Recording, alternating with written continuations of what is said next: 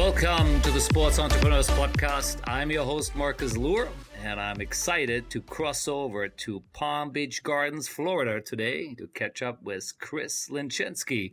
Welcome to the podcast, Chris. Thank you, Marcus. Appreciate the invitation and the opportunity to reconnect. Absolutely. Yeah, it's been a long time since we've met physically. But as I said, being in the same industry for many decades, we've kind of bumped into each other a few times here and there. Yes, absolutely. So let me just sort of give a quick intro to yourself, and then we get into your fun stories of your career and, of course, things which you're doing now. And so, in the short summary, I would say, Chris, you've been involved really very heavily in the world of motorsports, and we're going to, dive deep into it with various ventures and, of course, your own businesses.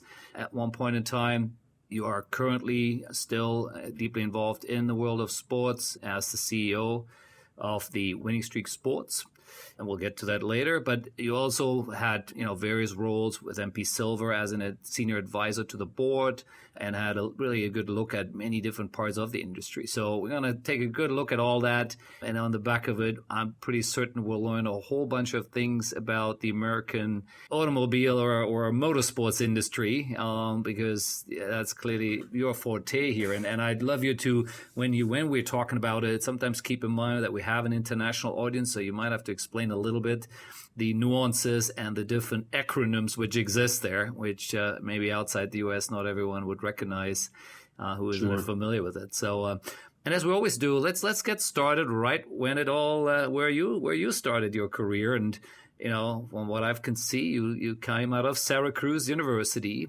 and then you landed in the East Events Company, which at that time was affiliated to the Atlanta Olympics. So we are in the sort of 1993, 94 here, leading up to 96. Tell us a bit about it, how that all started and what you were doing there. Well, you have a great memory, and well done on your due diligence. I had the good fortune, as you said, coming out of college, to know that I wanted to work in something that was going to be sport or entertainment related. And certainly, Marcus, at that time, the industry that we now know today, that is replete with academic degrees and masters and doctorates in sports and sports entertainment, did not exist. And the way to move that needle at that time was to get on the phone, write letters, and just hustle up opportunities to meet people. And along the lines, I had the good fortune of meeting the founder of Easton Events, which was a separate division of United Media. And at that time, United Media was one of the largest sports and entertainment licensors. Okay. Snoopy, Garfield, movies, theater, shows of all kinds, including NFL halftime shows, if you can believe it.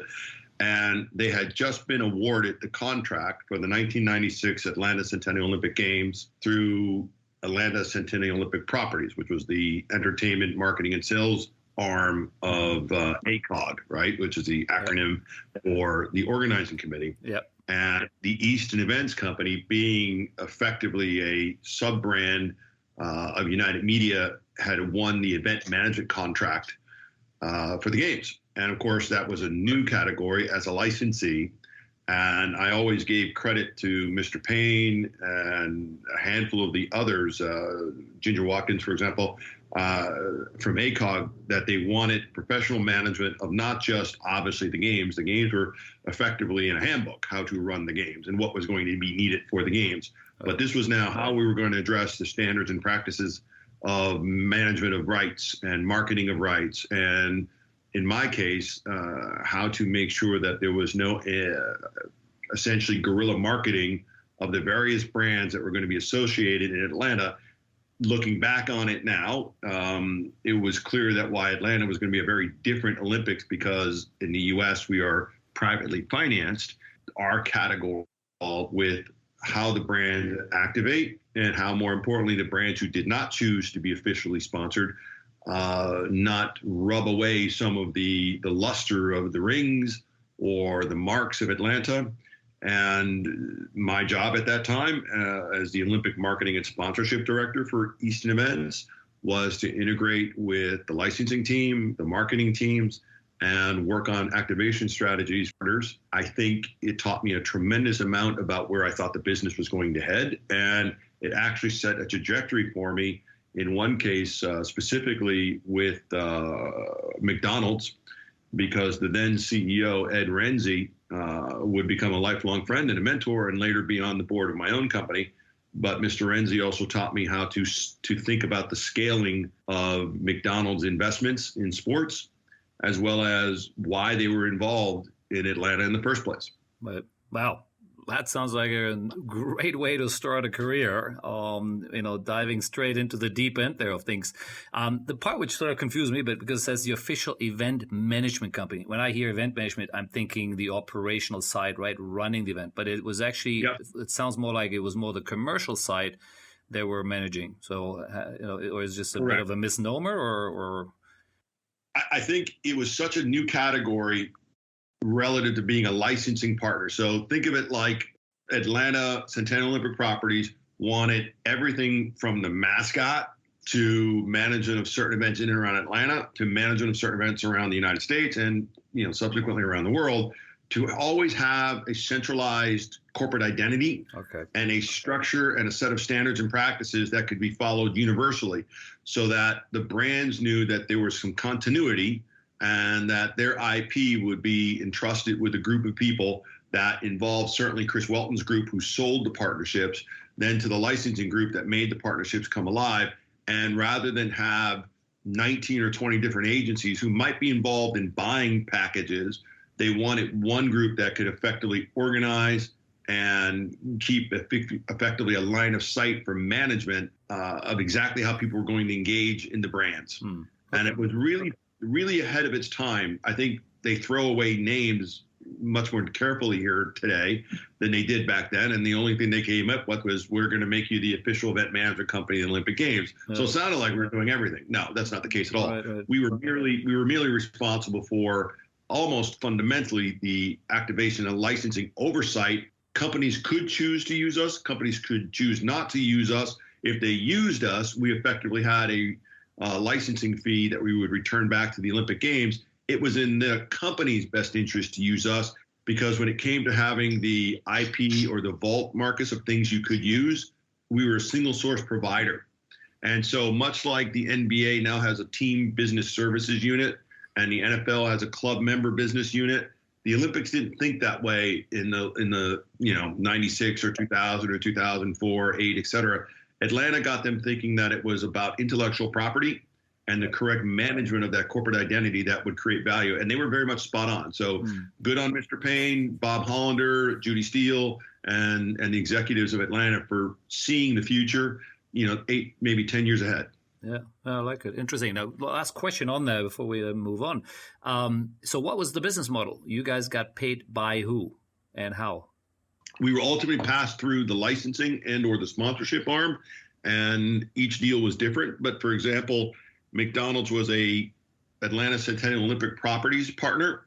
They were an IOC partner at the top level, and they were a licensee through ACOG and ACOP together. So they had 3 different ways to connect to the Olympic movement, right? The rings themselves around the world, the rings with the Atlanta mark in the United States, or I should say North America, because it was a little bit different back then. And then there was the activation of the assets, whether they're creative marks, whether they were historical marks, or in the case of the mascot, why, that particular mascot was much to do about that mascot. If you know the history of Izzy, the mascots, generally speaking, are one of the few things around the world that a child or a parent can pick up and actually hug or give to their children. And I know it sounds trite to say that, but it's very difficult to feel emotionally connected to a poster. It's a lot different than when your mother or your father come back from, an overseas trip and say, here is the panda from the Chinese games. Here is the eagle from such and such game. Here is the bear from Moscow Olympics. It makes you guys would be able to provide those licensing products in? Absolutely, Marcus. We wrote up programs, and the licensees would pay a fee to have our involvement, or the sponsors would pay a fee, and then we in turn would pay a royalty back to Atlanta. Got it. Okay, makes sense. Yeah, totally makes sense. Great, interesting. Well, that's now from what I can see, you didn't actually stay all the way to the games, because at least from LinkedIn here, it shows then in '95. You got your first taste of entrepreneurship here and started Delos Associates. Which Yes. sort of then kind of runs, I guess, over the games as well. So, what happened there? Did you sort of see an opportunity to maybe do something on your own, still linked to the games of what you've learned there, or how would you describe it? You're right about the entrepreneurial bug. Here's what happens there. I am a very young executive, enjoying my time. The one thing the Olympics are great for is you will be unemployed at some point in time. The things end. Right. And I was constantly reminded that you did not want to be going deep into the games without your next place landed. And at that time, one of the groups that I was overseeing was heavily involved in cycling.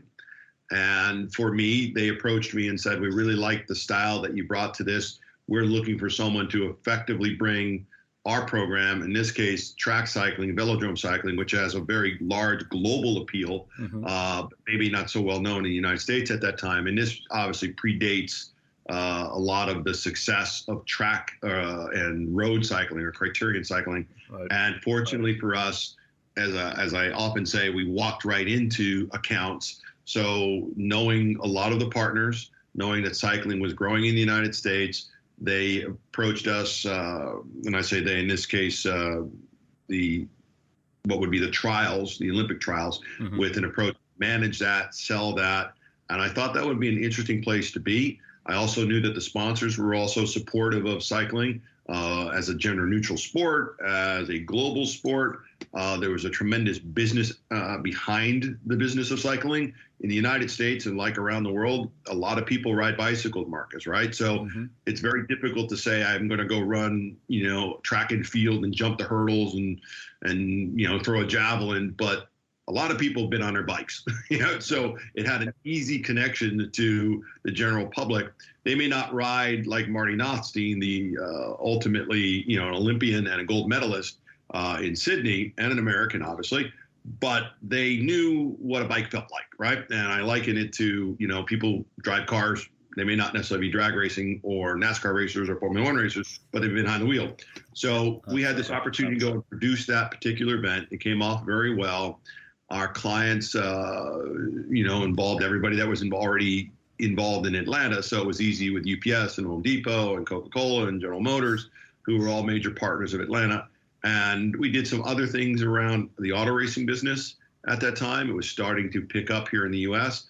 And fortunately, one of the major NASCAR ownership families, as a track ownership family, one of the patriarchs of that family approached me right about near the end and said, I have a project we're working on and we'd love you to come to us. And I was able to flip our portfolio, as they say in the agency business, and you know what that means, into another opportunity that was more definitely racing at the time. And that's how we made the transition to racing.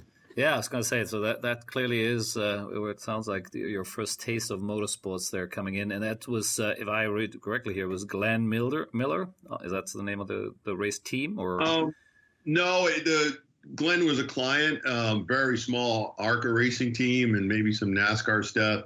The parent company and the family behind Pocono Raceway, which is the Mattiolis, who still have control of that particular track, a very successful track outside of New York and Philadelphia. Joseph Mattioli approached me with a strategy that they had at the time for building out new tracks. Remember, this is essentially post-96, and NASCAR starting to ascend into a much more national sport as opposed to a regional sport, and the ratings were just starting to bubble up, and there was some staleness, if you will, particularly within Major League Baseball at that time on television. And they came to me and said, we want to do more, and we need people who know commercial rights. And we're trying to get not more professional. NASCAR's always been professional, but we're trying to get much more infrastructure and understandings from an analytic standpoint to the business of what we're doing and how we compose that. And that's kind of what led to me moving into, the different roles with them. I mean, they had multiple holdings between Chesapeake Motorsport Development Corporation and what they were doing at Pocono Raceway and ultimately what they were doing at South Boston Speedway Raceway. So, you're essentially in the front seat, or very much in the front of the bus, if you will, as NASCAR's about to explode. And again, I'll go back to Ed Renzi. Mr. Renzi made a comment to me a couple times through the years that they at McDonald's were seeing significant growth and return on invested capital with NASCAR that was proportionately larger than their investment in Major League Baseball at that time. And that's a big deal for McDonald's because they are a global spender. And like any other major player, when they see returns like that, they double or in some cases triple down. And they did during that era. Yeah. Interesting. Now, so let's talk about Chesapeake Motorsports here. Again, also just to get a sense here, how old were you at that time? Just sort of roughly framing it, what age you're now by the time you're doing this sort of stuff here. In Chesapeake, I would have had to have been early, maybe late 20s, early 30s. I was very fortunate because I know when I went to work for Mr. Campbell, Rod Campbell, and he had an investment called MFP, and Mr. Campbell had built Campbell and Company, to this day, still the global agency of record for Ford racing.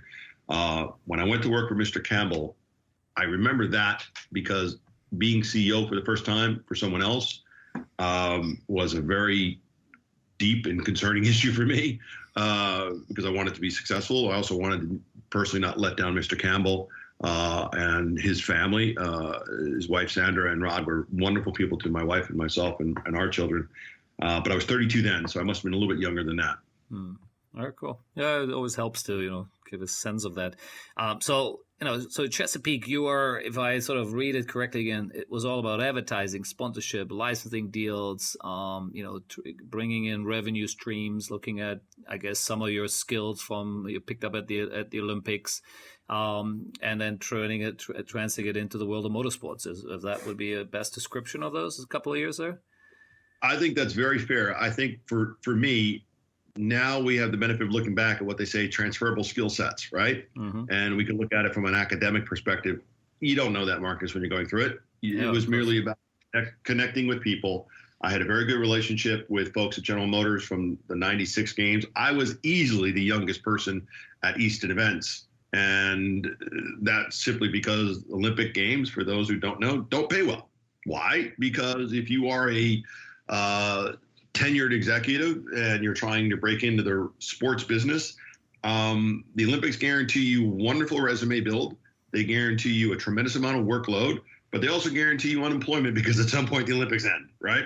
And the Olympics of 96 didn't necessarily have the ability to go out and say, we're going to pull people from the National Football League or Major League Baseball because those level executives weren't leaving tenured positions and roles. So it's a wonderful time to be a young executive. That was coupled with some of those major partners, in the case of McDonald's or General Motors and Home Depot and a few others, that were just starting to see the growth of motor racing, and in this particular case, NASCAR specifically, as maybe the next thing they needed to spend money, time, and attention. I liken it to what we're going through with esports around the world right now, right? Not quite sure, but we'll know when we get there, and the numbers that they're drawing by average viewership were impressive. Let's start investigating and seeing where it lands. So for Chesapeake, CMDC, it was also part of the Mattioli groups, the same folks that own Pocono. And Joe Mattioli and the family had some theories about building new tracks and more sponsorship. And in my role, I was responsible for helping them craft that plan. And one of those particular programs was with a major soft drink company. And at the time, for what it was a significant transaction financially and larger than some of the better tracks that were running in the U.S. And that helped propel me personally because I was the author of the strategy. And I can remember, only because I keep one of these vivid memories, like I said, for certain business things. I could probably forget my own mother's birthday, but unfortunately, I can remember exactly where I was when I closed on something. We had done a transaction that had caught the attention of Bill France Jr. Through a luncheon meeting with a few people at NASCAR about one of the projects that CMDC was proposing. And one of our corporate partners had signed an agreement with us that was, at that time, moderately high seven figures, well in advance of a shovel in the ground. And that became what was called contractually obligated income before, Marcus, people understood you could bank that like you do with PSLs. And I can remember as if this happened yesterday that at that lunch, the family that is still very much ownership of NASCAR simply wanted to ask how we did the deal. And when I explained that there was vastly more unique visitors to NASCAR that were outside of the venue that were looking for ways to connect than there were ever going to be at NASCAR venues. And look, NASCAR venues are still very large venues. And even to this day, while they may not be drawing 200,000 people that they were doing maybe in the early 2000s, they're still drawing 150,000. So on any given weekend, they're the largest sporting event in the state that they're participating in. Yeah. But in this particular case, this soft drink company saw the value of that customer at retail and was willing to kind of put a halo of, say, 300 miles around the venue. And when you start engaging like that, Marcus, frankly, you have an unfair financial advantage over just about every other sport, because in stick and ball sports in America, you are limited with your ability to, say, market the Miami Heat outside of 75 or 100 miles of Miami. You have a territorial right. You're limited, say, for the Philadelphia Flyers. Obviously, I was at Comcast Spectacor, so I can speak with that one with great attainment. But you can't do that in NASCAR. NASCAR tracks are larger. The teams themselves have an ability to essentially speak nationally or internationally. So with that ability being very unique to that sport, and to be fair, the soft drink companies being very granular, it was really easy to have a dialogue about how to engage a customer in a meaningful way to see a return on invested capital and engage them effectively for 8 weeks prior to an event.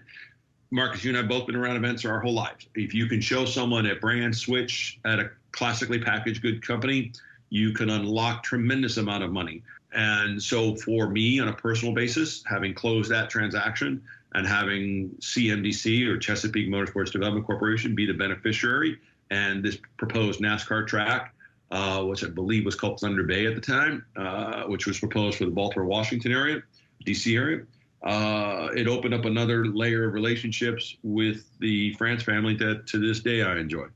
Yeah, and the soft drink everything was Pepsi, I believe, right? Is that correct? Or yes, it was. Yeah, okay. Very good homework.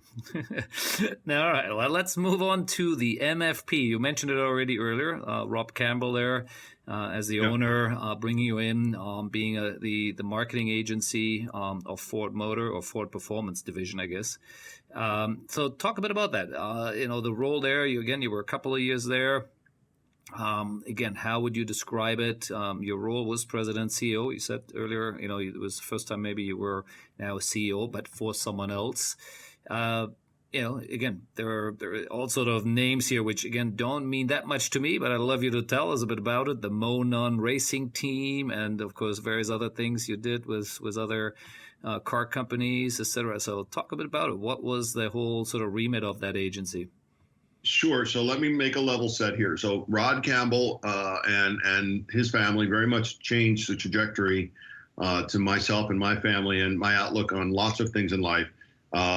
I just attended his memoriam a few weeks back, and there's a loss for me professionally and personally, very much so. So Rod Campbell was very fortunate to build Campbell and Company, which is a different company than MFP, into the global agency of record for Ford. So all of Ford automotive and aftermarket performance, effectively the racing division that ride and drives, the things that are the sexy bits, if you will, of race cars and high performance around the world. Rod had built a model for standards and practice guidelines of how Ford would communicate to media, how they communicate to fans, how they communicate to the racing enthusiasts.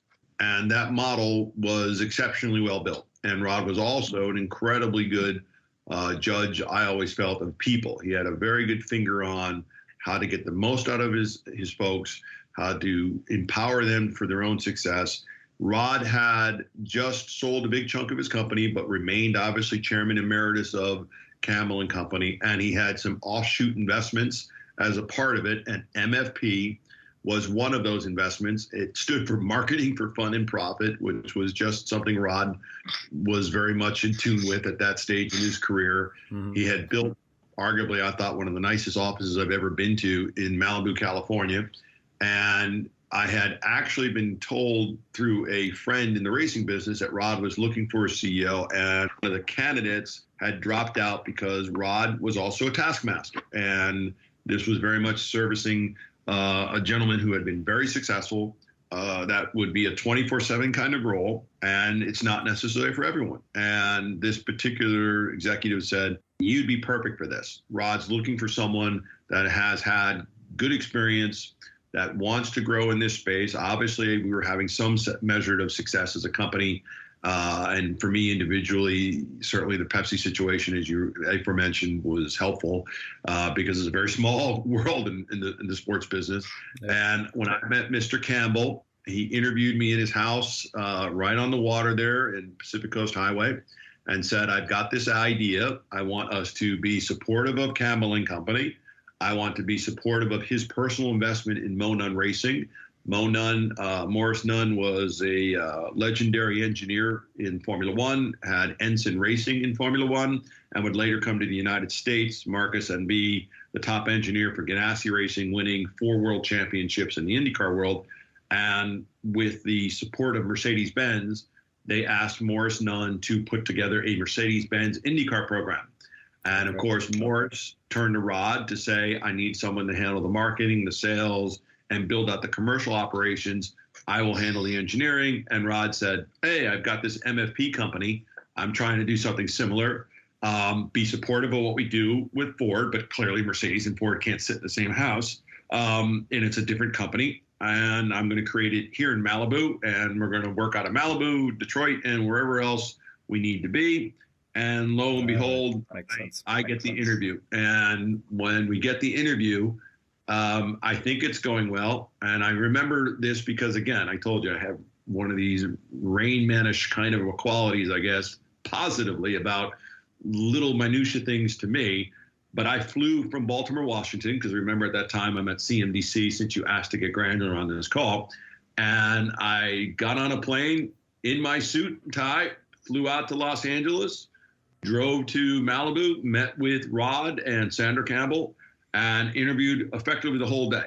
And I was getting ready to leave because I had a late night red-eye flight back. And Rod said, is there any way you would be willing to stay an extra day or two? And of course, I had only brought one change of clothes, the ones I was wearing.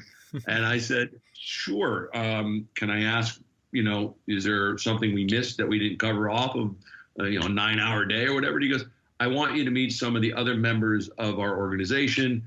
And several couldn't make it today, and several are in Orange County. And if you don't know Los Angeles at all, if you say Orange County is near Malibu, geographically, you'd be correct. But because of the nature of driving cars in Southland of California, it could take you 3 hours with traffic. So I said, of course. I literally went to a Brooks Brothers, bought some more clothes, and stayed. And here's what's interesting, Marcus. I stayed in the Campbell's home that night. They had this beautiful home, and they had multiple spare rooms for their existing employees to stay when they came to California, because as I said, Rod, wonderful company. And they opened up with very, very ingratiating hospitality. And as I got to work with Rod over the next 2 days, it was quite clear that we had an emotional connection, that he liked the grit, if you will. He very much liked the entrepreneur mindset. But he also wanted to depart a lot of his wisdom into people. He was just a very strong people person. And he said, look, I'm looking for a CEO. I'm also looking for someone to do it the way I'd like it to be done. And I feel that you could be that person. And we cut that transaction over the next 48 hours. And then lo and behold, I become, the managing director of the racing operations commercially, as well as the president of MFP. And then we set off on a journey together. And the only comment I had said to Mr. Campbell was, if by chance he were not to stay in racing, I wanted the ability to leave, because for me, why the automotive marketing was really important, it wasn't where my passion was, Marcus. I liked what we were doing at CMDC and with the Pocono family and everyone else in racing. So the racing part for IndyCar and what Rod wanted to do in Formula One on a commercial rights basis with then Mr. Eccleston, the owner of Formula One, for those at that time, for people who don't know, that was very interesting to me. If it was simply running an agency, I'd already done my own. I thought I did a decent job. and I could go do that again. But knowing who Rod was, wanting to learn from someone like that, that had huge interest to me. And it was exactly advertised. It was 7 days a week for 2+ years until Rod sold out his interest in the racing team. Right. And I guess, and that led into TSI then, right? The TSI agency, where that was sort of your next stop before, of course, you started your own. So why don't we just have a quick look at that? Because again, and maybe I'm misreading it, but it appears to me it was sort of also where you started to doing work with General Motors, or GM, which then led into what you were doing later on, of course, with your own agency. Is that sort of a good description of how it led from one to the next here? I think the description of the racing, certainly, Marcus, I started meeting General Motors because they were a major partner in Atlanta for the 96 games. And then they also effectively stayed the same, if you will, for Delos. And obviously back in NASCAR, they were heavily involved. So I have General Motors blood, if you will, through my entire lifespan here, even to this day. So I think that's the way I would explain it. And General Motors was also part and parcel of the reason that TSI came into my life.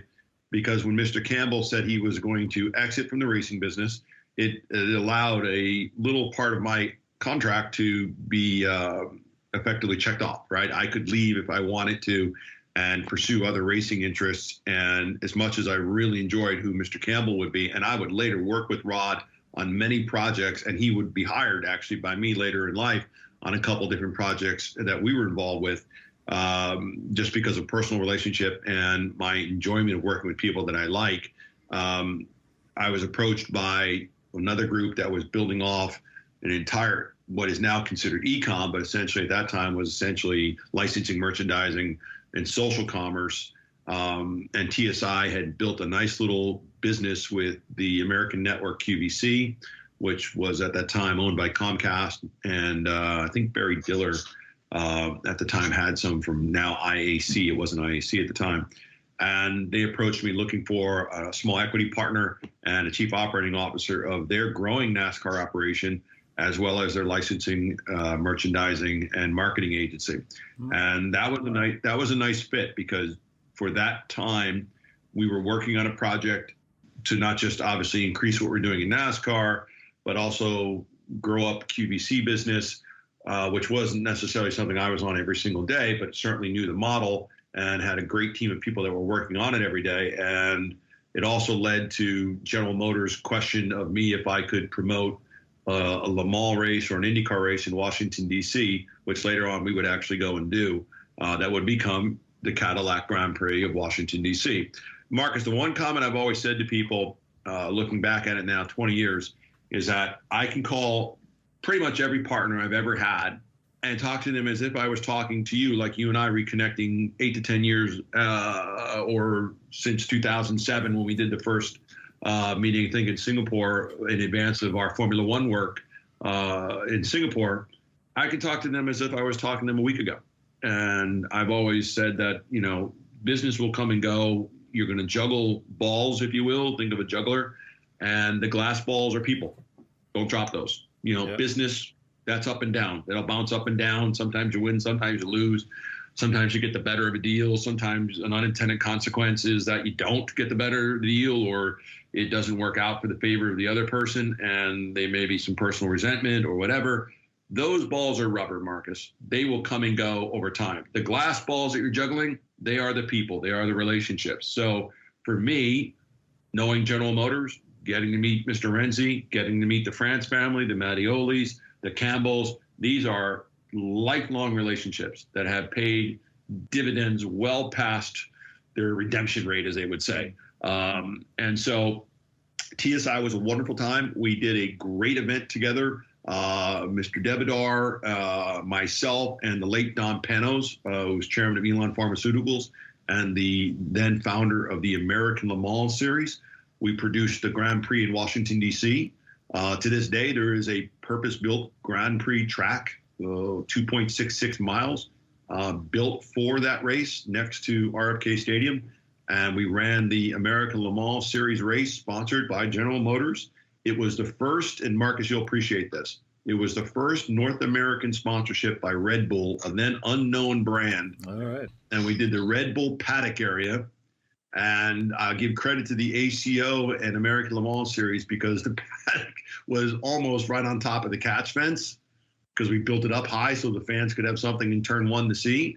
The event ended up doing very well on NBC, doing very well on CBS. We had a Saturday and Sunday show. And I think we drew just a tick over 72, maybe 73,000 on a Sunday and less than a little bit on Saturday. But in the heart of Washington, D.C., with 140 some embassies there, it did well on all of the commercial measurements. The difficult part with Washington, D.C. is that it's Washington, D.C. and the politics of the city and the district. And then the head of the stadium authority made it too difficult to run again. And unfortunately, we were asked to scuttle, and we did. And but as I've often been told, we ran on time. Everyone got paid. People would have enjoyed it to stay on. Certainly I would. Certainly George would have. And we had permission to go do more of them if we so choose. So to me, sounds familiar. I have a story like this in Kale, actually in Kuala Lumpur. It was called the Kale City Grand Prix. So we were racing straight cars, right? So not open seater stuff. It was amazing. We did it with the first time ever. You had legally cars going 200 plus kilometer an hour in the middle of Kuala Lumpur.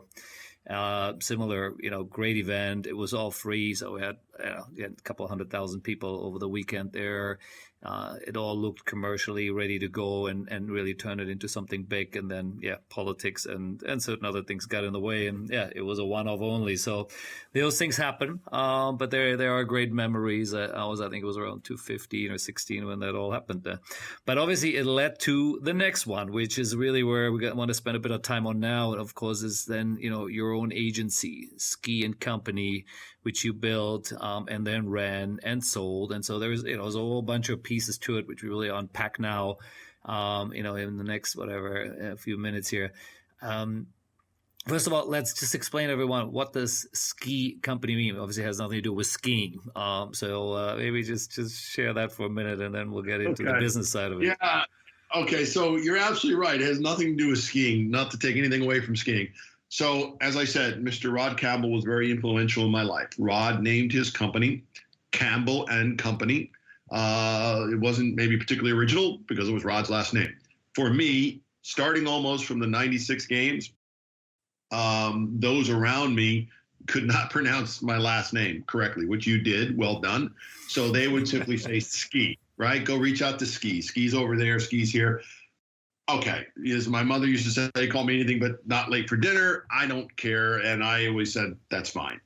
Interesting enough, Ed Renzi, who was the CEO of McDonald's, someone also a mentor, and would later be on the board at Ski and Company, would call me Ski. And then when I do get a phone call, and in this case, it was General Motors again, who says to me, hey, we have this unique problem, and we're trying to organize all of our portfolio in racing globally. General Motors, the largest manufacturer of cars and trucks in the world, has a problem. And when big companies have big problems, they bring big solutions.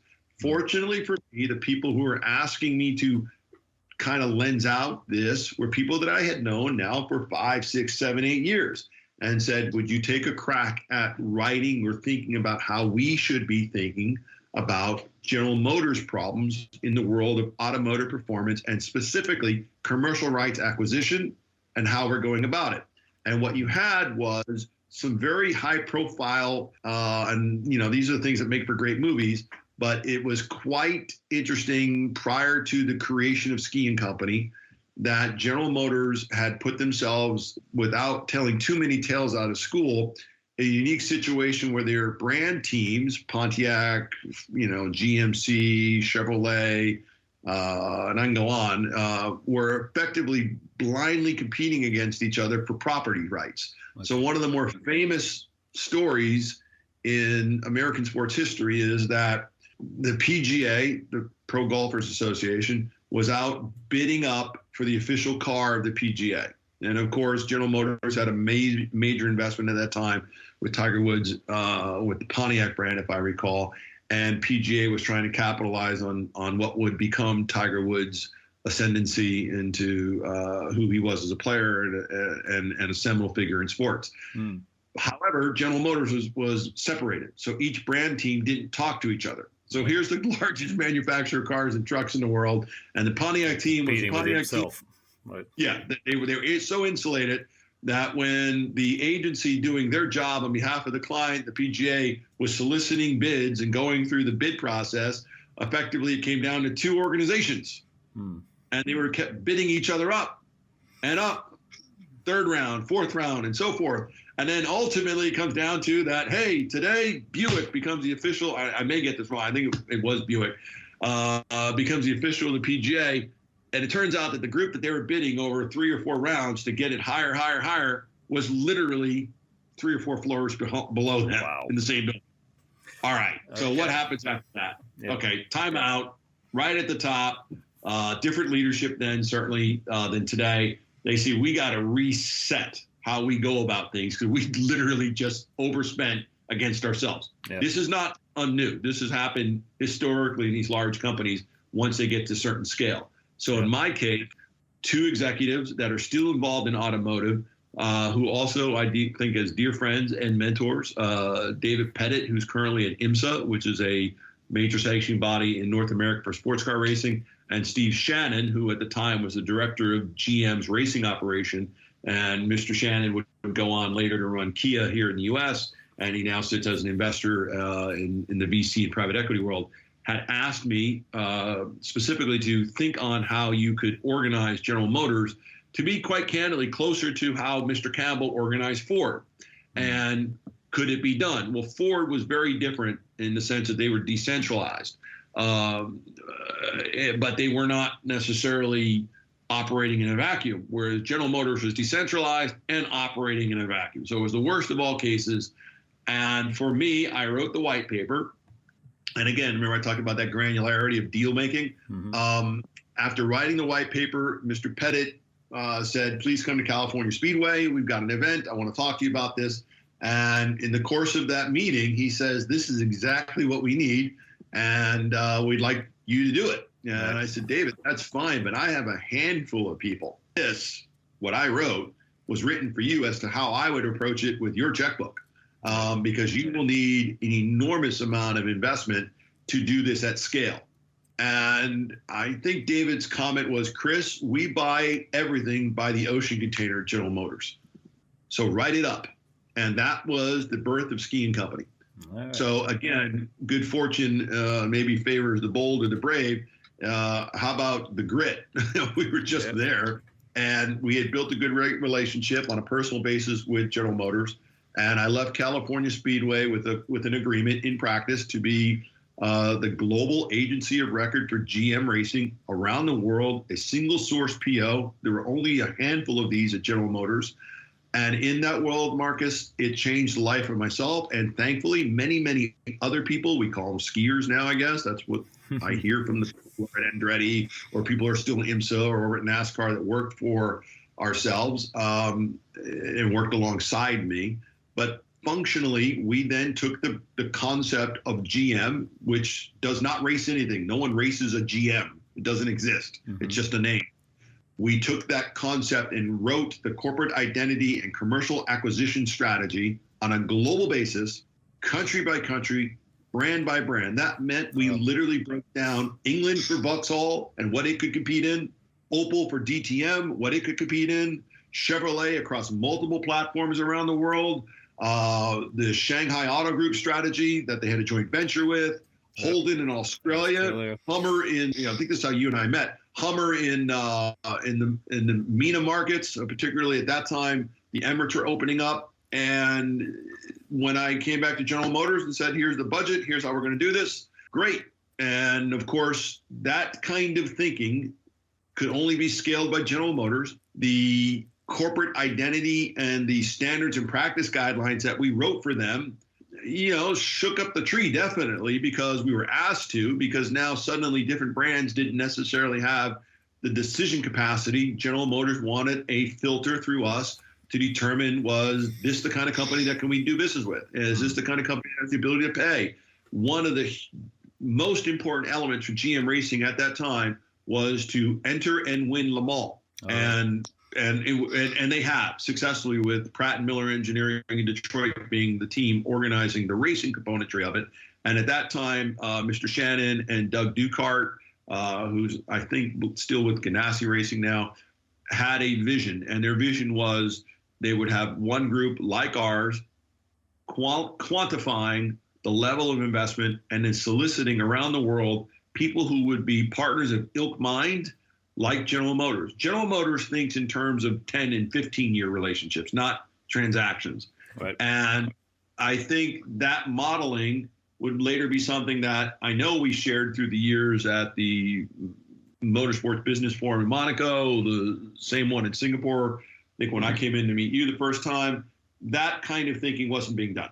And when I look back on it now, you know, I can say with great humbleness that when Chevrolet exited the IndyCar business and then re-entered the IndyCar business, I sat in a meeting and some of the same executives with Chevrolet took out a piece of paper that was written 8 to 10 years before and said, here's our model to re-enter IndyCar racing with our engine program and our commercial rights strategy. And a smile curled in my face, because at least in this case, Mark Kent and a few others in that meeting for GM said, Chris, you will know this plan. And I said, yep, I do. We wrote it, and I see that you're still using it. So it must be working for you. And that was the best compliment we could ever get. And now some of those standards and practice, Marcus, are now the standards and practice guidelines around the world. We were not the agency in the traditional sense that, hey, we're going to pitch you something and then move to the next team and just cut deals. We weren't deal makers like that. There was a pretty well-established story about what we were doing at that time, I think in Business F1 magazine, if that, for your listeners or viewers, if they remember the magazine. And it was pretty close to exactly how we worked. We were a beneficial partner to whatever General Motors wanted to bless. So Le Mans spent a lot of time finding partners and looking for the right partners there. Certainly NASCAR, drag racing, obviously IndyCar twice. But what people didn't know, that General Motors had interests in Formula One, even if they weren't, if you will, a manufacturer. At that time, they had a minority interest in the ownership of Ferrari. They had a minority interest in some of the components in Formula One. And because they were General Motors, oftentimes people would say, look, go with the group that can write the biggest check. And they could. So we would have to oversee different things. And you know, again, you know, life is made through stories. You asked me to tell one. Myself and David Pettit flew to Monaco to have a meeting with Formula One that we determined we would not have this meeting with logos on our shirts. General Motors was very careful. They taught me better to be a submarine than a aircraft carrier, and we had the meeting about the then spec strategy for Formula One to go to a standard V8. I don't know if you remember this. This gets really granular here, Marcus. Well, the standard V8 Block 8 engine is the engine that wins at Le Mans in the Corvette. So now for the first time, if F1 had made the decision to go with the V8 strategy, this would have been mid-2000s, if I recall. Myself and David flew in to say, not only would we potentially participate, we could be an engine manufacturer for multiple teams, and certainly there wasn't a check we couldn't write to support it.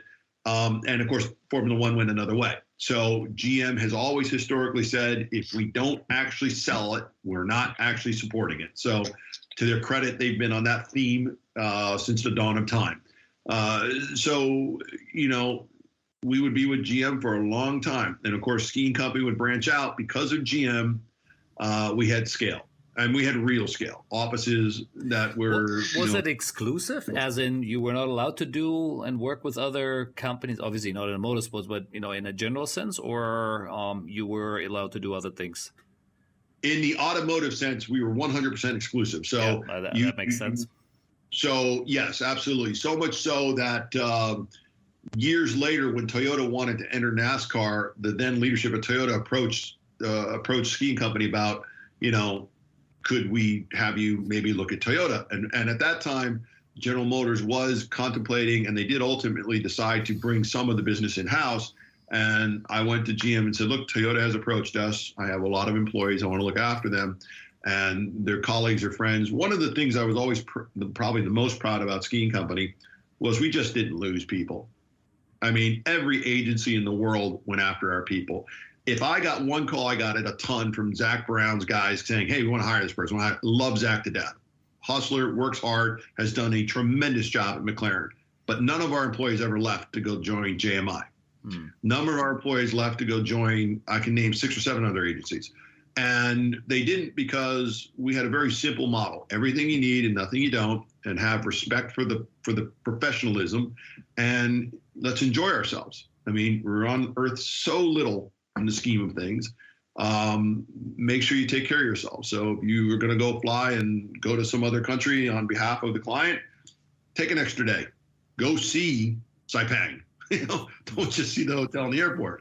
And it probably hurt our bottom line, but I think we lost one employee in all those years, and we lost that particular employee because of a marriage. They were getting married and moving on, and ultimately, interesting enough, that particular employee came back, So the company grew to what, about 80 or 100 people, I think is what I read somewhere. Yeah, I think we might have been, on what they would call now full-time equivalencies, right? Because the racing business has seasonalities, I think we were a bit larger than that. There were certain contracts like the NOS energy drink, which is Coca-Cola. That activation account alone was a couple hundred over a season. Okay. So, I always Projects, said that you beef up then. Absolutely. We'd swell up. Sense. The biggest project we did at that time, where we had just an overwhelming amount of people, was at the time the Coca-Cola 600 big NASCAR race, the longest one of the year for NASCAR, was being held obviously in Charlotte, the home of this race.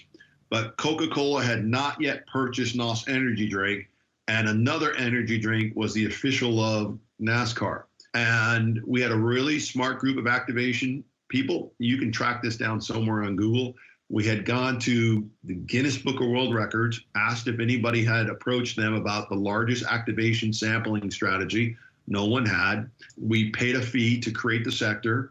And then with the benefit of NOS energy drink leadership, a lot of those men and women are interested enough at Body Armor right now. And they said, how would we go about ambush marketing, but in a professional manner, nothing negative, just how do we get our product sampled by 170,000 people? And remember, the product's got to be served cold, Marcus, right? That's the whole point. So we had the budget to put, I might be wrong here, but I think it was something like 10 to 12 refrigerated trucks in and around the Charlotte Motor Speedway area within the egress and degress lanes for the track. And as soon as the race ended, the trucks were parked with their permits, and men and women were handing out full cans of NOS energy drink cold. Well, if you just spent 6 hours at a racetrack, you're absolutely fried because it's hot, sunny, and then it's cold. And someone's handing you a cold drink of anything, you're going to take it. And we handed out, I want to say about 100,000 cans, aluminum cans of product within about 12 minutes.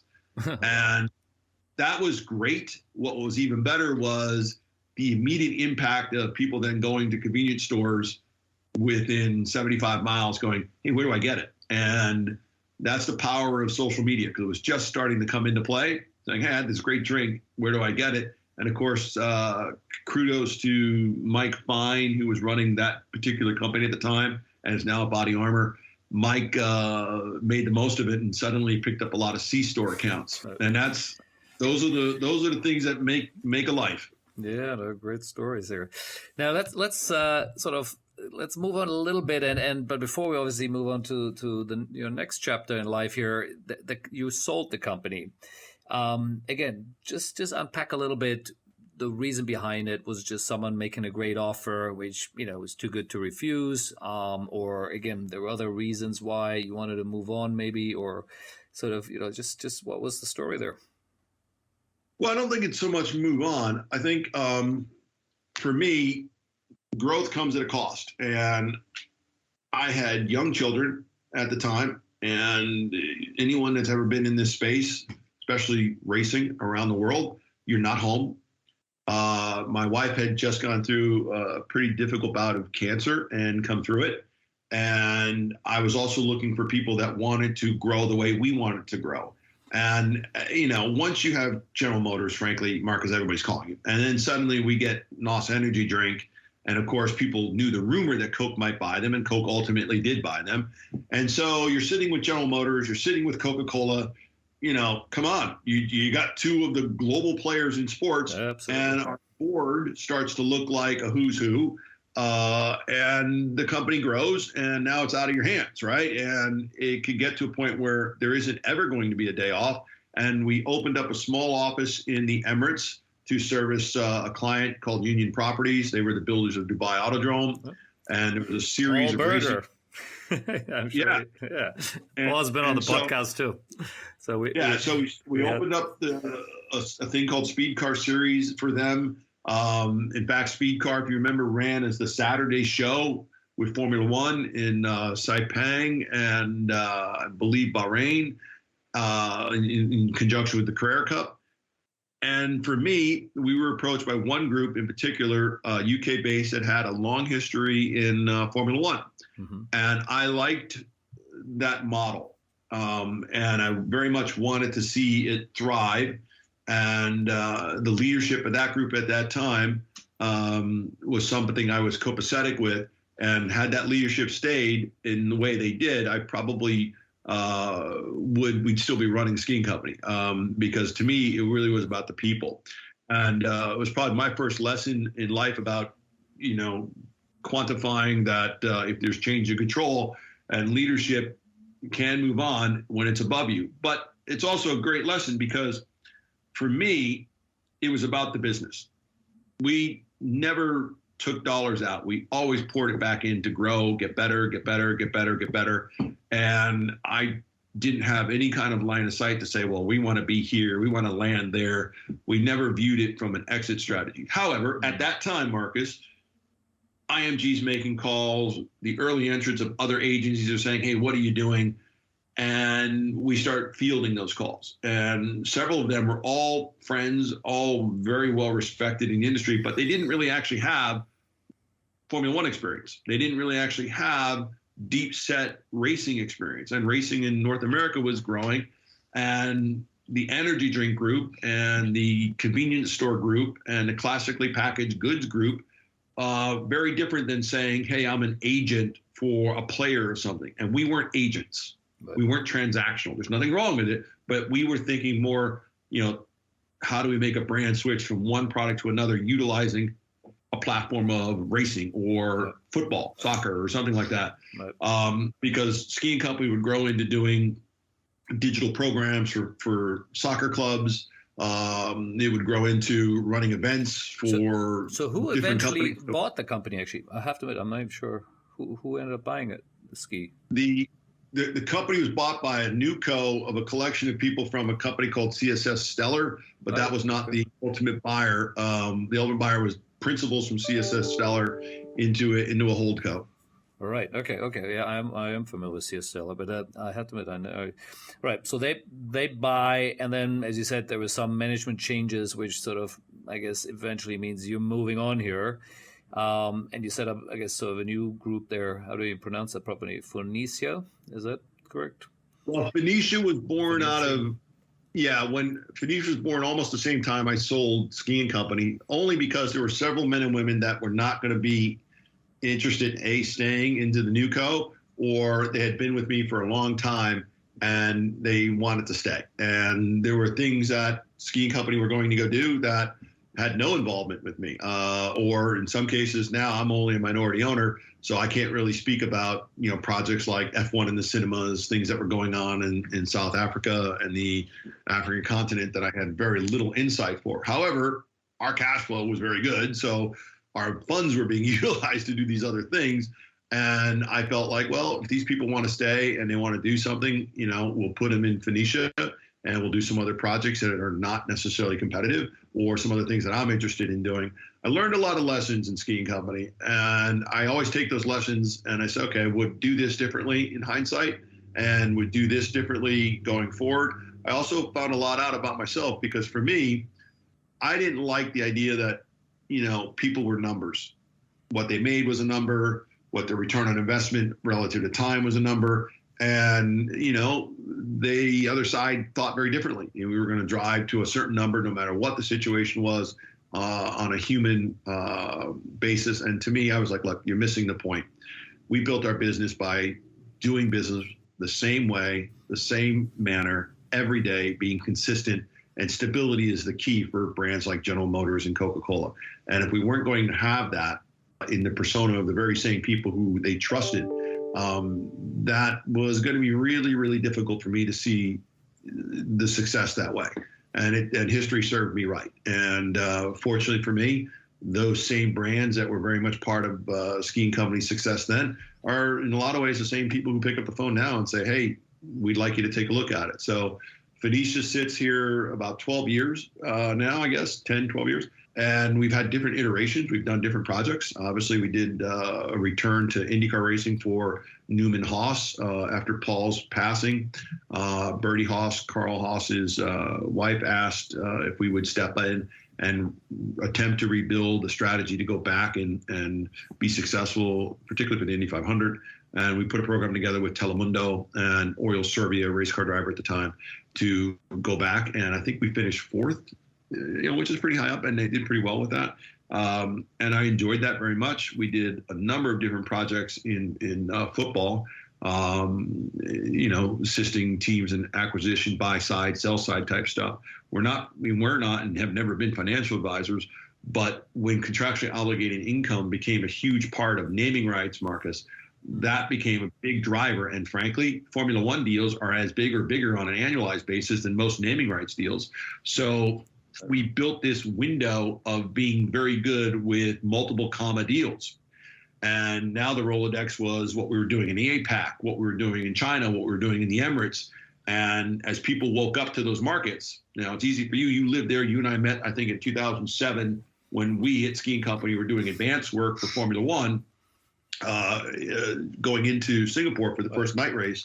There weren't many Americans that actually had that lens.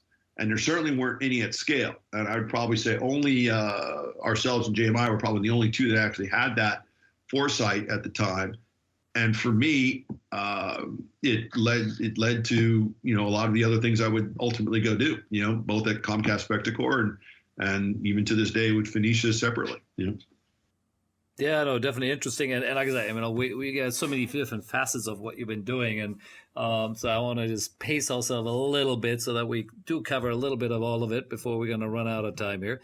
And clearly there is always going to be, we could spend more, because I do believe that you also were involved in the purchase of FC Bologna with a Canadian group there, right? That's one of the sort of things you were involved in. I remember reading somewhere. You have a great memory. So, Bologna, at the time was a Serie B team, and Joseph Tacopina and a Canadian investor who owns, I think he still owns Montreal Impact, had asked their counsel to retain someone to give a lens on how to improve the commercial return on Bologna, do a potential stadium transaction, and a host of different commercially focused things. And yes, Marcus, myself and attorney Stuart Goldfarb flew over to Bologna a handful of times in rapid succession, and we brought a sports architect named Dan Meese, who had built some wonderful facilities, NFL facilities, Olympic facilities. And Dan always had a good eye to how to extract commercial revenue from venues. And if you've ever been to Bologna, having traveled throughout northern Italy, particularly for F1 or our automotive business, and having gone to the games, here's an incredibly passionate city in one of the most beautiful stadiums that had just fallen on hard times relative to a lack of capital to repair. And they also needed to have some sporting culture brought to the team. And to be fair, they've done, I think, all of these things very, very well. And our involvement was important at the time. But like lots of things, we kind of come in, write our plan, submit. Some things they did, some things they chose not to do. And I think they've been successful. And that model actually is carried forward into some other clubs, as I've seen, or we reached out. But yes, Bologna was a very, what I could say, intense amount of work in a very short period of time. And I recently, pre-COVID, went to a game, and you could see the touches of the stuff that we wrote for them, hovering around the building. Interesting. Now I want to touch a little bit because again, you spent several years in these roles there on Front Row and IRG. But maybe we'll just sort of see where we can quickly dive in there, and then touch a bit on MP Silva because you were there during quite an interesting time as well, and I want to hear a little bit of your side of it, and then of course finishing up here, what you're doing now. Now with Front Row, again, it is a Comcast Spectacor company, which is a huge $5 billion business, I believe.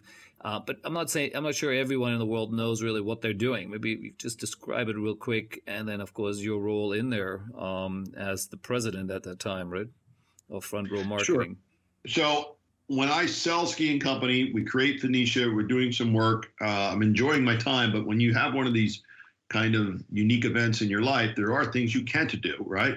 And I, at the time, had built a very good relationship with a lot of the senior executives at Comcast Spectacor.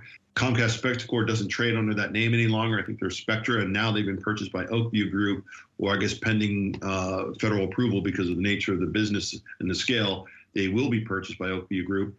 Both Mr. Snyder and Mr. Luco and some of the leadership there were looking for a new president of their commercial rights group.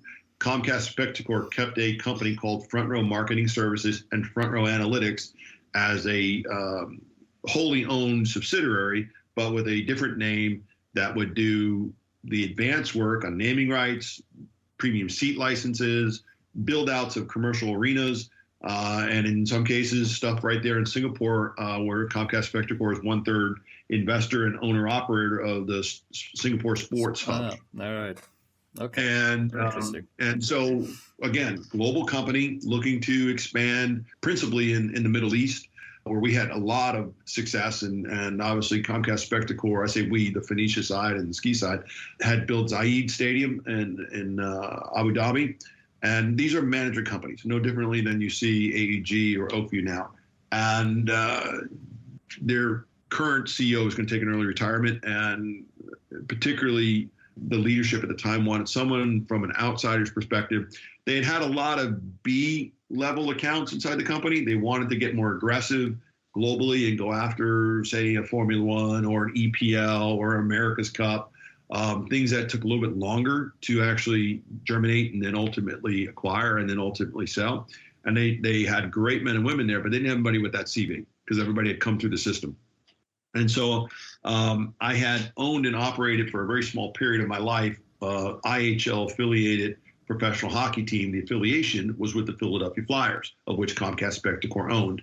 And, again, one of those little life lessons, Mr. Snyder, who was the founder of the Philadelphia Flyers, and I always said the godfather of the modern regional sports network, Mr. Snyder and Mr. Luco, particularly in this case, Mr. Snyder, had approached Peter Luco, who was the president of Flyers at the time, to see if I would take a handful of players on our roster for the team that we owned that were maybe not capable of running at the level of hockey we were playing professionally, but they were important to Mr. Snyder on a personal basis because they had come from a community that he was personally involved with.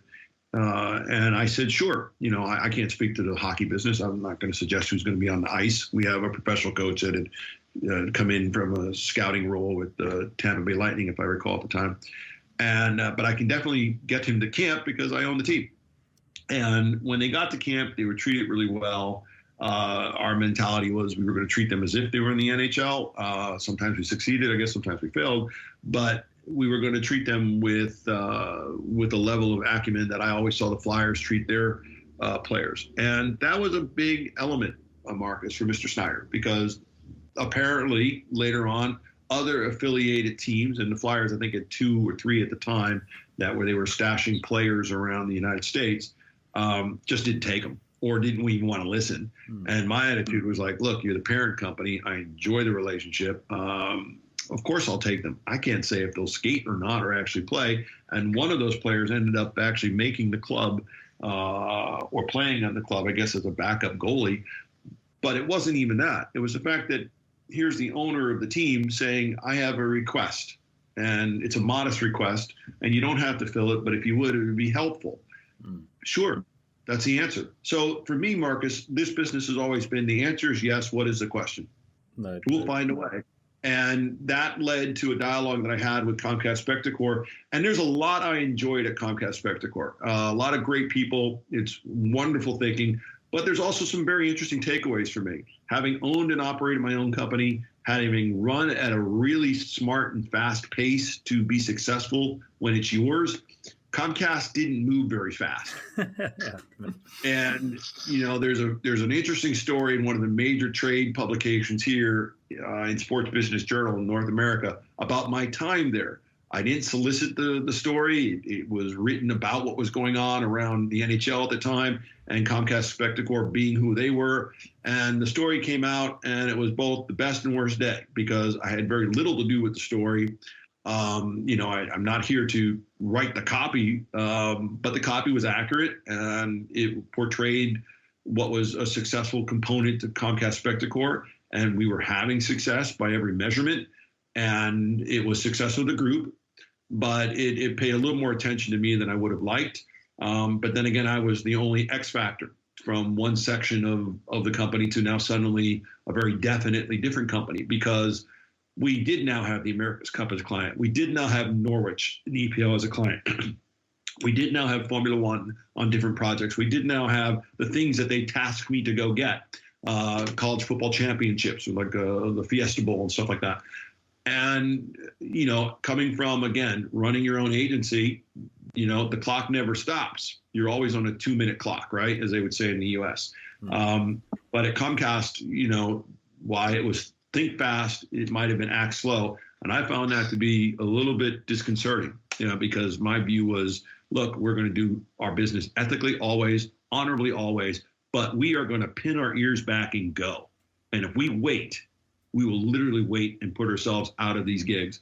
Now I look back on it, and the men and women at Comcast who do pick up the phone and say, how do you think about this, Chris, are at the very highest levels of leadership, saying, boy, we really liked that speed. It's funny how speed suddenly becomes, an asset. So it worked out. Again, history kind of came to our side on that issue. But during my time there were oftentimes I woid say, boy, for as successful as we are here, I thought we did things a little bit better at Skiing Company, if I'm being as honest as I can be. Interesting. Yeah, I mean, absolutely. There's a huge difference, of course, between a large company like Comcast and how they operate versus, running your own agency. Now, it kind of led into, and again, I just want to touch on it really for maybe a couple of minutes here on IR, the couple of years then with IRG, which sort of, in the way I look at it, it brought you back to your racing world, right? In a true sense. Having hot rod and drag bike racing and also other elements which were part of that particular company, right? So again, you spent a couple of years there as vice chairman there and the CEO, I guess. So again, just tell us a bit about that, a short version of it. Well, it's really interesting. So IRGSC was wholly owned at that time by a private equity group called TPG Specialty Lending, which is part of TPG. Very successfully run private equity company.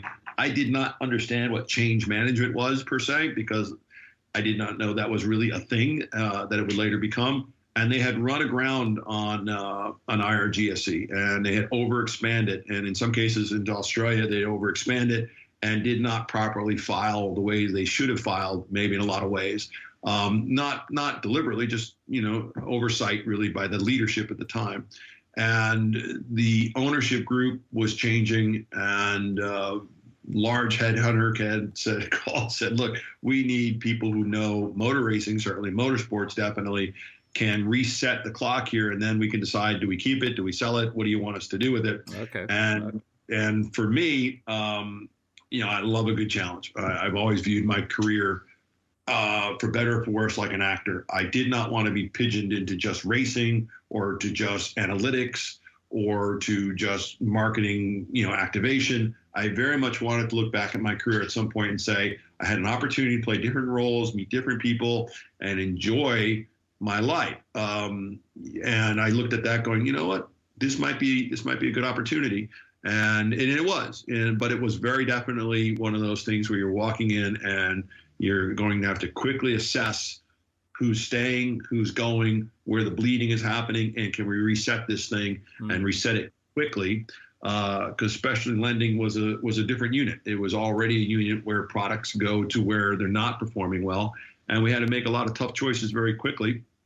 We did ultimately put one of our components in the drag racing series on ESPN in a different component with what it would now be ESPN Plus, but I guess at the time it was ESPN Digital. And that worked out very well. The biggest success point of that, Marcus, was what we did in Australia.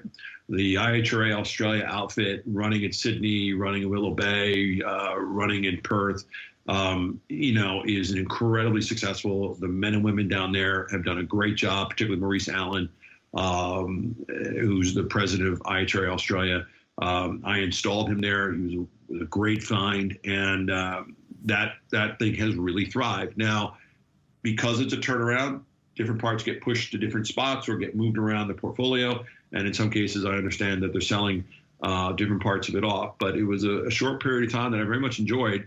For me, I think I would have enjoyed to do more of the sanctioning side globally, because there was a window for that particular company at that time with the FIA, who were desperately looking for a global promoter for drag racing around the world. And drag racing has a great future if it can get organized globally, because the entire sport exists in 3 seconds. You go from 0 to 350 miles an hour.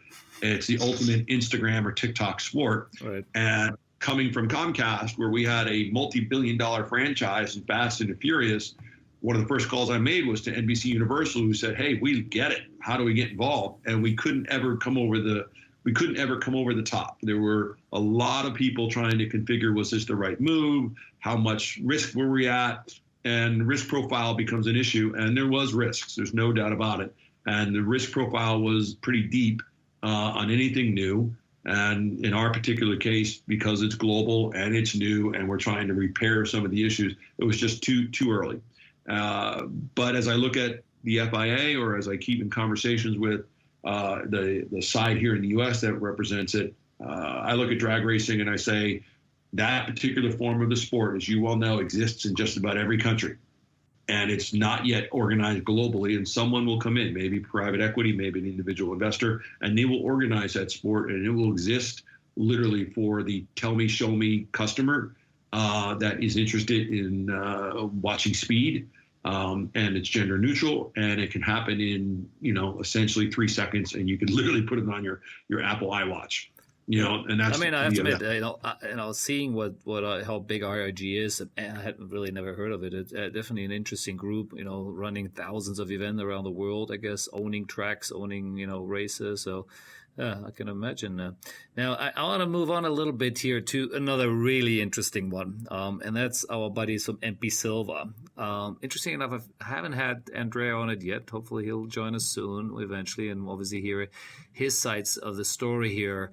But you kind of joined him. What I would sort of at the later part of the story, right? I think you joined him as a senior advisor to the board in 2015.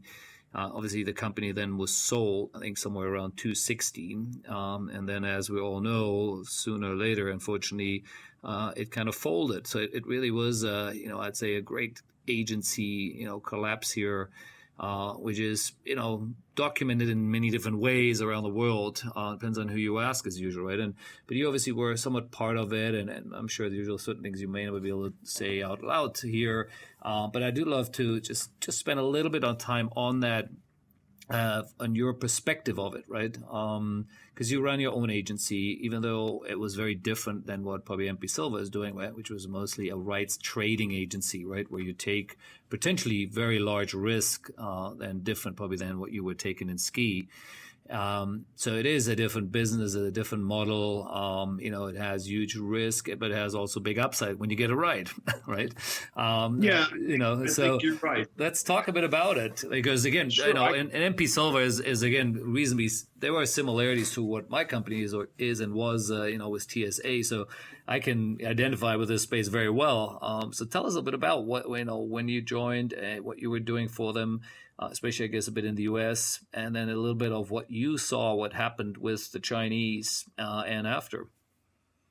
Well, I think it's a very interesting time. You pointed it out. I mean, fortunately, I was there specifically for North America and then was later asked to kind of opine as to how they could unwind out of some of the issues they had post the sale. So at that time, they did not have a presence in North America. They had hired a very smart executive to open up the marketplace, and they needed some assistance. And of course, for me, I'm pretty careful about where I sit on advisory boards or boards in general.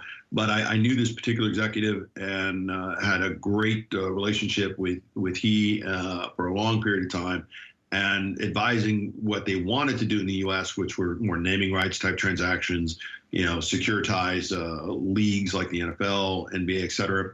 That's a pretty easy lift, frankly. So it's not going to be a day-to-day role. So for opening up North America, it worked out quite well. I mean, we had great clients, great contracts, and the agency business and the media side, very different than the agency business and the activation or the ideation business. MP and Silva, for lack of a better word, buy high, sell higher. But that's just about every media company in the world, right? And the better properties you buy, the easier they are to sell. And some of the properties do better than others. It's a sling and arrow business, right? 1 year EHF handball is going to do exceedingly well, and Bundesliga is not going to do very well. When you look at the portfolio, and I don't think the story's ultimately been written, for me, it came at an interesting time because obviously sitting as a senior advisor to the board, you're trying to just give them, impart some wisdom on where they could pick up big wins, and we had some big wins, and we missed on a few things, certainly. But the wins were out trumping the losses, if you will. When Everbright came in and purchased the company, it was a very interesting time because you are merely an advisor. You're watching it from afar. I've often said that, I've had good relationships throughout Southeast Asia, particularly in China. At that time, President Xi wanted more Chinese involvement in sports in general. So MP and Silva happened effectively at the same time, Marcus, as Suning and other investments across the business of football, right? So watching that outside investor come in, certainly was there the day they made the announcement in Beijing. Very proud moment for Andrea and Ricardo, and why shouldn't it be? They built the company, and they built a great company, and they've now sold on to it. However, when you sell a company, I've experienced that too, and it's no longer yours. And you can't just say, I want to do this because I want to do it. Now you have to go through procedures. And from the outside perspective, as an American, there are very definite procedures of how you govern or your corporate governance. As a Chinese company, it's very different. And as a Chinese company, they were running it for themselves. But Marcus, to be fair, they owned it. And if they wish to bought something over 50%, right? 56 or whatever percentage I read somewhere, and with a valuation, let's say, of $1 billion. So they wrote a pretty large check, of course. It was a healthy amount, I'll say. But the reality of it is, at the end of the day, regardless of whether it's 1.3 billion, it's their company. And if they wish to install new leadership or install leadership that is closer to where they ultimately want to go, which was at the time they wanted to trade ultimately, I think, on one of the Chinese-based indexes. Hey, it's your company, do as you wish. The one comment I made multiple times was, it's not as easy as you think. This business is, again, built on relationships. And many of the men and women that they were, exiting with packages, were not the kinds of people I would have replaced. I mean, frankly, these agencies are only as good as the people running them. Yep. And I think they found themselves in a difficult spot where they thought the leadership at the company was interchangeable parts. Now, that's a very unique thing in the world of Chinese ecosystem of sports investment. And that was something that I know in talking with the leadership at MP and Silva, many people were very hurt. I don't mean professionally hurt. They were well taken care of. I'm thinking personally hurt. Right, I can do more for you. I will help you. There were a lot of people there willing to help right at the highest levels. but there just was no interest on the other side from my lens, and I can only speak from my lens, to accepting of that help, right? So again, if, and I always often say this, look, if I buy your car and then tell you how to drive it, you're going to say, if I sell your car and tell you how to drive it, you're going to say, I bought your car, man. It's my car, right? I get to do with it what I want when I want to do with it. If I want to run it, high octane gas all the time, never replace the tires and run it till the wheels come off, it's my car. In very much the same way, it's their car. They can do as they wish. We're merely here to make it, advisory. North America was running very well, and certain parts were running exceptionally well. And I think that the leadership in China attempted to make a move when they mixed the leadership up to try and get ahead of some of their concerns. But I also think, to be fair, that the Chinese government moved away from that strategy. And like we've seen with these other investments where they can unilaterally say, we're going to make a move against esports and shut down the amount of time esports is played, or we're going to make a move on outside investment and shut down a certain investment. Look, they can think and act as they wish. That's their company. And that's exactly what happened there. They thought and they acted in the manner that they wished. And it had very little to do with the previous leadership. And most of the major leaders, including myself as an advisor, simply had no voice. But frustrating, very definitely, something to put in the books, and interesting from afar to witness it, but very much their own doing. So, when the story, I guess, gets fully written, if ever asked, and every once in a while someone will say, what's it like advising Chinese companies? I've done advisory work for the Chinese Super League. I found every one of the owners who came to those meetings to be honorable, to want the very best for their fan base, to want the very best to grow their own companies. And that's generally the feel. In the case of MP and Silva, I've often said that a group got what they wanted and had a very definite concept, but the concept wasn't well thought out, and then it wasn't capitalized in a manner that would have allowed them to achieve those results. Now you've got the worst of all things. You've got this very big company requiring of obligations, and you don't have the leadership in the building any longer that you used to have, and you've made it quite clear that that leadership is not welcomed professionally, and suddenly now you're left to run the company on a handful of people, and it fell under its own weight. I mean, that's really simple. It's not rocket science. Just figure it out. Yeah, and as you said, as we all know, the agency business is about the people who have those relationships, and all of a sudden they disappear. Contracts disappear, right? So no longer they retain the rights to Serie A or other things they maybe were going after. They brought in Seamus, I guess, to try to go after the AFC rights, which of course he was the master of it for decades with his own agency. And then, of course, Lagardère bought him. Brought him in to maybe, go get a crack at that. They didn't win that either. So, these things aren't as simple as it looks like. And clearly, in the process of it, without knowing all the details, it looks like they made a ton of mistakes. And who's to blame? That's, it depends on which side you're on, right, and how you look at it, because I guess they even tried to sue, maybe certain groups there. So I don't know whether the whole thing is, the story is already over, but it definitely it's one of those messy ones in our industry, which I'm sure more stories will be written over on about. The best part for being an advisor is you get to witness it, good or bad. And you provide your advice without malice. And I gave advice to both sides, and we'll see how both sides treat themselves. I think you're right. I don't know if the story is written there. I still maintain very good relationships on both sides of that. And we'll see. But, for what the Chinese sports consumer or marketplace has changed, that landscape is very different in 2021 than it was in 2014. Absolutely. That's for sure. Now let's sort of slowly find our way to the finish line here, to the checkered flag in your world. And let's talk about the Winning Streak Sports Company, which is a Granite Bridge Partners company. Tell me, what are you doing there, and what's your role, and what is the company all about? Well, Granite Bridge Partners is formerly WAFRA, which is the sovereign fund of Kuwait. In the United States, they spun out to become Granite Bridge Partners. Along the same time I joined IRGSC as their co-chair, I was just retained to be a independent director of Granite Bridge Partners sports strategy, which was Winning Streak Sports at the time. It's now expanded into some other brands. It's a very different company. It's more licensing, social media, ultimately social commerce, things that are all kind of converging through Discord and other ways, particularly in a world that's 24/7 connected. It is the largest, or I should say, easiest way to explain it, the #1 premium license company in the world. And I was the independent director for a couple of years as they were looking at investments, what to make investments in.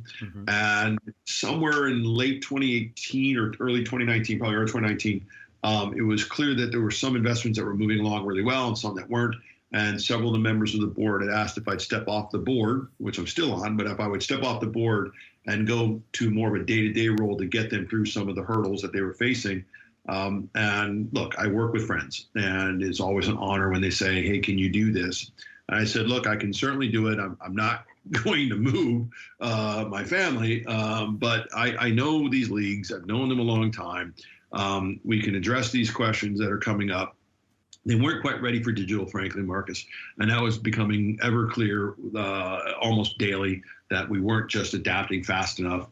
And in 2019, having scale, we literally purchased all these products around the world. Like we have Liverpool, Manchester United, and the Michigan national football team, and different leagues around the world, as well as NFL, MLB, NHL, you name it. If it happens, it happens.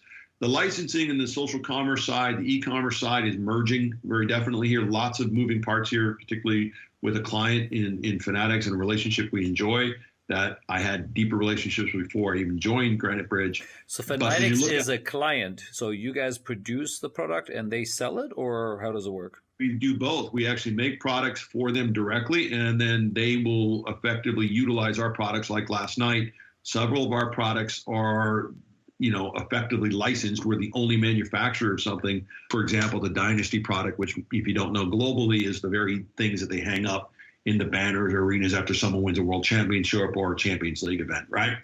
Hugely popular in the collectible space. And collectibles are growing dramatically, Marcus, in the US, right? Winning Streak makes a premium product. It's not inexpensive. It has a higher price point. It's not sold oftentimes in the venue. It's custom stuff, high stitch counts. And we're moving into more social commerce, Instagram-based, TikTok-based, digital media sales, which is very akin to what's going on in the APAC, particularly in China, where effectively I call it a streaming nation, where it's just streamers selling. No, so they need the live streaming, or what they call it, where you're selling product while you're streaming. Your streaming is crazily large, right? I mean, it's a multi-billion-dollar industry. I haven't really seen it anywhere as big as what's happening in China or anywhere outside of the world yet for some reason. But it will pick up. So that's a great space. So you guys doing some of that already as well, where you stream? Well, we are absolutely. Okay. And we've done some test and trials with our clients at Fanatics. We've done a real big test and trial with Texas A&M University 2 years ago. Now, COVID has affected, obviously, everything we do in the world is a lot larger than sports. It has had the first, I considered, material impact in sports, where generally why we're not certainly recession-proof, generally we bounce back faster. But because of the unique scale of this particular event, when we came out of our strategy, like most private equity, because that's what I've been doing for the last 8 years or so, private equity-based investments. And this is a private equity-based company. At some point, we acquired another company recently called Princeton Replay, which is solely digital. It literally doesn't exist with a hard brick and mortar concept anywhere in the world. It's headless. It can sell around the world 24/7, and it never shuts itself off. And when things happen like last night with the Atlanta Braves winning the World Series, the neat thing with licensing, the neat thing with social commerce and licensing together is within a matter of minutes, our products were being moved digitally for a customer anywhere in the world because the Braves had won. Now, if you have the right portfolio and you got the right scale, you're going to win the World Series. You're going to win the Formula One World Championship. You're going to win the Champions League. You're going to win the EPL. You're going to win the NFL Super Bowl. You're going to win the College Football Championship. And you're going to win the Men's and Women's National Basketball Championship for North American listeners. And that's it. There's your model. You win every single sport. Very few businesses offer that, right? So for us, that's a model. Now, we also have a premium product And so it's a little bit different than, say, the traditional customer just says, hey, look, I'm just looking to sell something or move something a certain way. So we speak to a very definite audience that is looking for a higher level of product quality. And then in a lot of cases, since it's corporate, we're involved in making sure that our various leagues are supported in different ways on their initiatives, particularly whether it's sponsorship or social media. So, the story's not yet unwritten because we have one or two more acquisitions that we'd like to try and do. And we are out trying to hire, very smart men and women right now. But at some point, Marcus, like a lot of these things coming off the board was a decision to help. I will go back on the board here very soon. And we will put one of our executives, install one executive particularly into the CEO role. And I will go back being what I was before, which is the independent director, allowing and assisting on the acquisition side and advising Granite on how they want to approach their investments in sports. Interesting. Well, what sort of scale does the business has right now? I mean, just give me any numbers which are public or anything you can share just to give us scale and size of this. I think when we say we're the number one premium licensed product in sports, that should give you the scale. Yeah, I mean, I'd look. I'm looking for a number in terms of maybe revenue, but if it's not public, okay, no worries. We'll leave it at that. So we don't have to file for that. That's one advantage of not being in a public company. Okay, fair enough.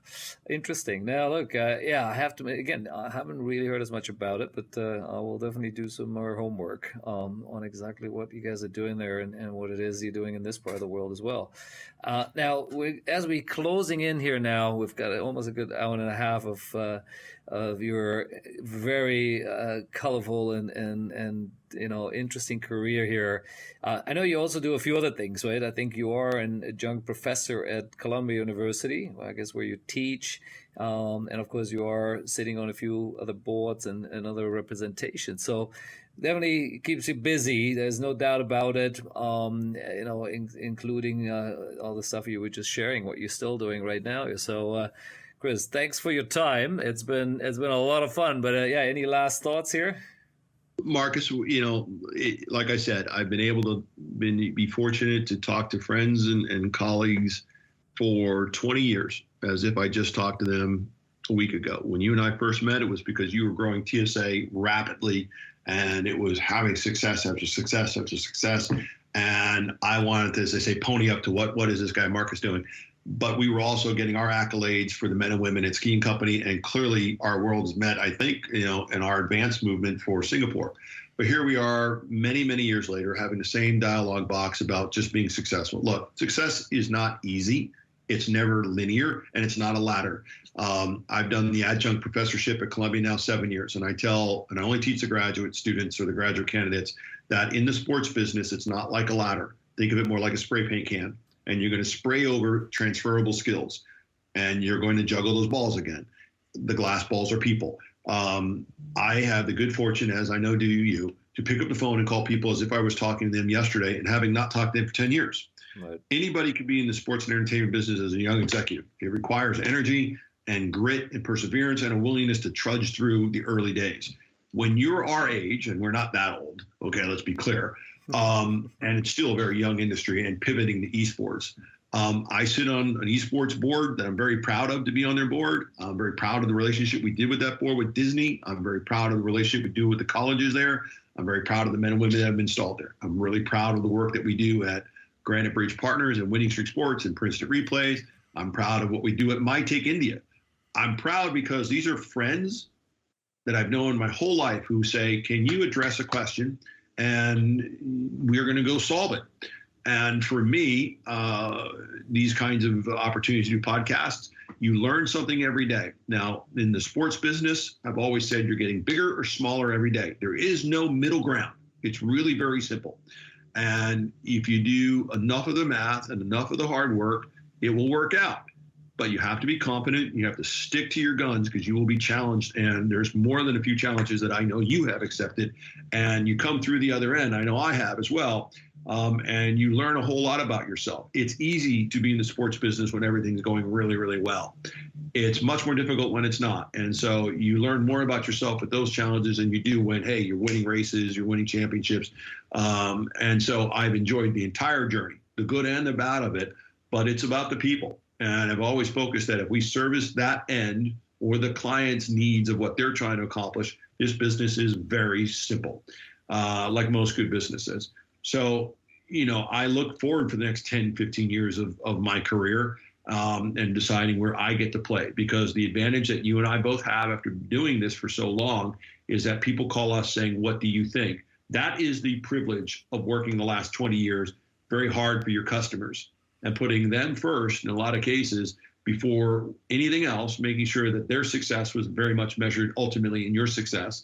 So my lens has always been, if I'm that way now, I should be that way later. And that consistency has been, I think, a cornerstone to anything we've ever accomplished as a company, because a lot of the very same men and women around me have been around me for 20 plus years. So I'm probably most proud of that. It's been a pleasure to reconnect. I've enjoyed it. And if anybody wants to ever reach out, by all means, certainly you know how to track me down. Yeah, absolutely. You definitely can find you on LinkedIn in many other ways, and I'm connected to you. And look, I think I love your way, the summary here just now, and I would completely agree. The business we're in is a people business, as it is in most businesses, right? But clearly the world of sports is really all about these relationships, which you've built, I've built, and many of our colleagues and friends here who've been on the podcast have built, and that is the community we tapping into, and as I said, and it keeps expanding, right? Gaming and esports is becoming a big thing, but again, there are similar men and women there who show up at these places again. So it's fun, and the story continues, and I'm sure we'll have another session in many years from now again, and review what we're done at that time. So Chris, you have a great day. Absolutely. Be well, Marcus. Definitely. We'll talk soon again. Bye-bye. Thanks. Bye-bye.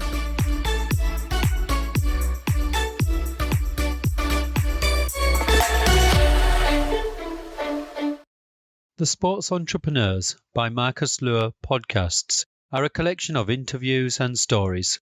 All content in this podcast is the copyright of Marcus Luer. Reproduction and distribution of the presentation without written permission of the owner is prohibited. All rights reserved.